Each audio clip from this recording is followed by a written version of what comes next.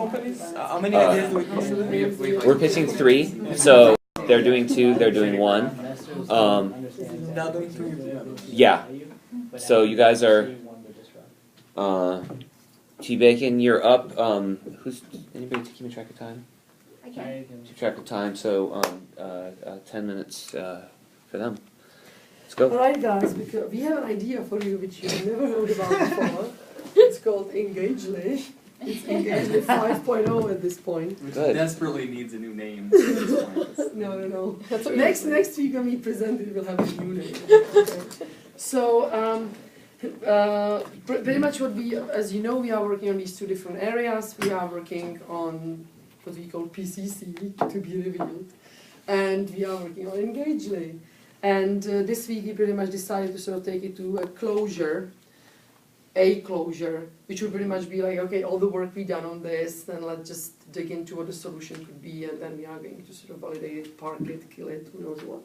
So I'm just wondering what would be the right way to share what we haven't really heard before. I mean, let's talk about. I guess we can talk about the solution a bit more. Yeah. What do you think, Taylor? I would like to talk about a solution, and using this visual would be great. I know Yeah. it'd be hard for everyone to see. Yeah, and just this is your chance to get other minds around the key questions that you have. So that's how you should use this. Think about using this. So the whole idea of the engagement really comes out from this from what we know, which is that, let me just put it here. You can't usually read what I write. Everybody has a talent. Okay. Has a talent and interest. Okay. And then the other one is pretty much how do we do it? This little. You can be liberal with your phrasing here. Yeah, you know, I'm tired. I'm like talking about PCC at the moment. Anyway, and the other one is. Feel free to just dive right in to take us to the context of where you want to go. No, I will. This is important.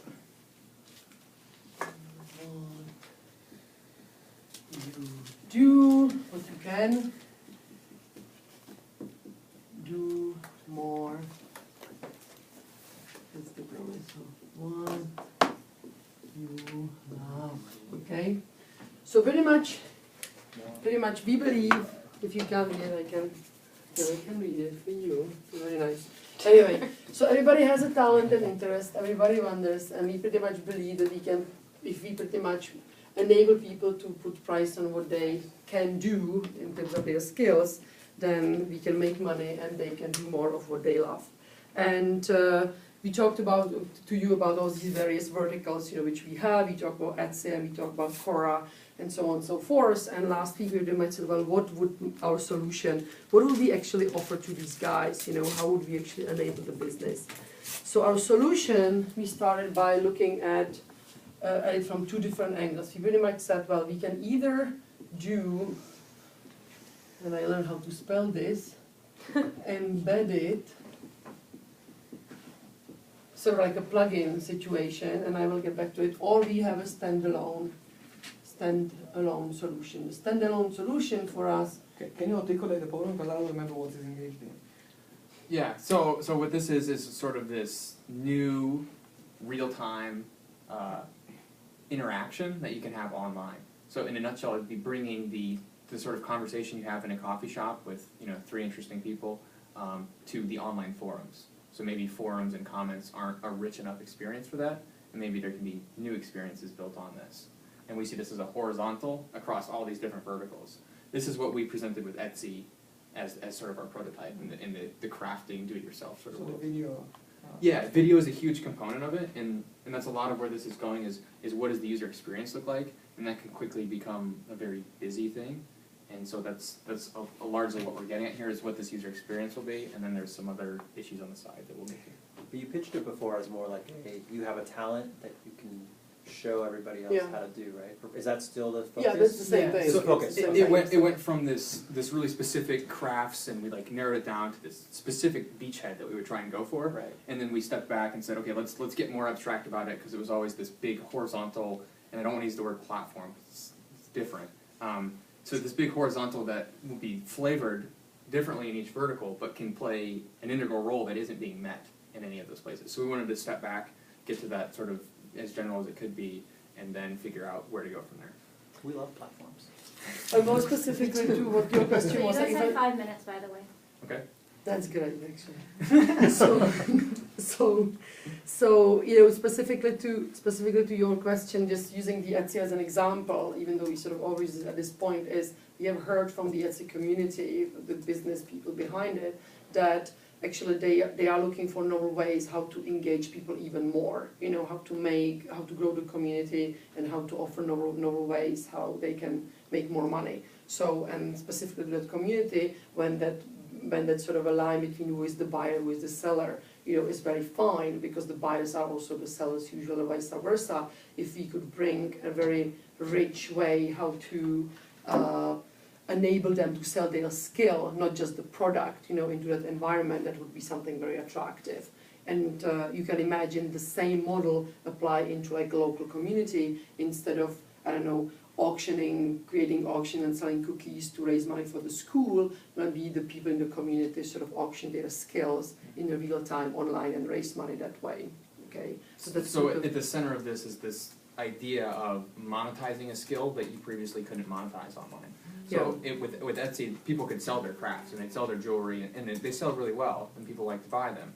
But those buyers, they want to be sellers, because they like this, oh yeah, this cool, made it yourself sort of feel. And so they want to do that, and so maybe these people like Etsy, who can now make a decent living selling just jewelry online, well, maybe there's new ways for them to monetize that, and make the community more tight-knit. Yeah.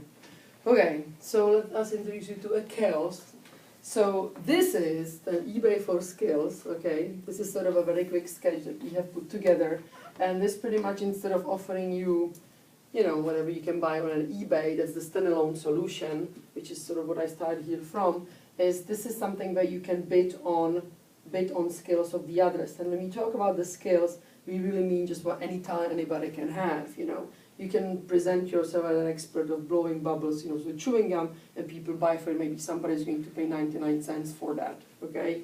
There is a boy making pizza, there is some sort of magician from India, who knows what, there is a girl, making bags. So this is sort of, it's an eBay for skills, pretty much, that's all what it is. Now, let me talk a little bit more about the experience itself, besides the obvious, sort of showing how many people already signed up, and the bidding price, and at what point the class might start, and so on and so forth, which is pretty expected. Let's just say that this has started at this point, that you are now part of it, and the kind of experience of the product. This is very much about the solution, okay, not the business part of it. Would look something like this. This is a raw high-level sketch. This is not that this is actually what the user sees. Now let me just navigate you through this a little bit. Okay, let's small for that. Okay, so what we have seen at all of the competing or solutions, they are more of a substitutes, like just Skype and or WebEx or so on, is that there is actually not an experience out there that combines all the different media into one place. Okay, so what we are doing here is that, okay, you start by having this whole centerpiece, which is the girl that is selling online her ability to make this bag, which is right here, okay. There is a detail, however, because what we have observed through our empathy interviews is that there is a need to sort of focus on different things throughout that lesson. So you have this space on the screen, which she moves into that space. It sort of provides a zoom area right here on the interface, where you can see the detail of it. In the same time, there is sort of like a storyline at the bottom of it, which talks to maybe her preparing material ahead of a class, or maybe what we have talked about earlier would be a good feature, is that as she sort of moves through her lecturing, she can at any given point sort of create a screenshot which is going to populate this sort of a line down here. Here are, of course, windows where you see the other participants, and maybe the teacher has in the same time an ability to reward them. That's what the stars sort of stand for. We also have a place where you can chat, where you can sort of type things. Maybe there is a recipe there, maybe there's a list of whatever. You can also communicate with the teacher through written thing. This bubble up here so represents maybe you have a teacher in a different language or a student in a different language. So maybe our product sort of helps you to translate to them.